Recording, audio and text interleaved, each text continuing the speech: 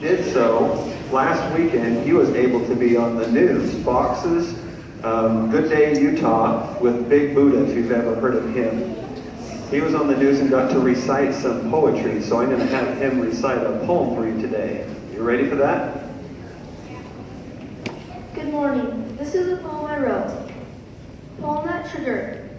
One day I was out on the range, me and old Joe, just a trailin', searching for a lost dog who was looking for his mama and a whalin'. Along the trail we ride, as I found myself at the corner of a big red cliff. I spied that cat working on a ridge up above, and boy, did old Joe and I go stiff. He was watching and praying on that little old cat.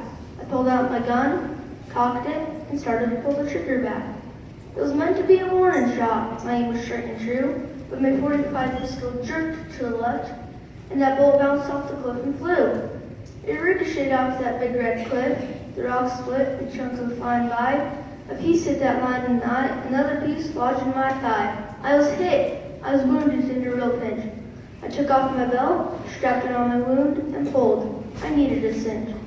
By then I had fallen, so I hurried to set up camp. Then I remembered the dogie, the reason for my ride. He was alone, and that lion was gunning for his hide. Old Joe was nervous, snorting, dancing, prancing around. I reached for my rifle as a PG lion threw from the ridge to the ground. He hit me and knocked my rifle away. I reached for it, a moment too late. I got it. I shot. I missed, with 5 shots left to determine my fate. We stood staring at each other as time stood still. Would it be me or that lion that made the last kill? This time my aim was on as I started to pull the trigger back. Old Joe and I headed home with that little lone cat. I am reminded now and then, when I see a big cat of pie, about that one stray bullet lodged deep within my thigh, of a day long ago when the boy felt a little bigger, and of the courage it took pulling that trigger.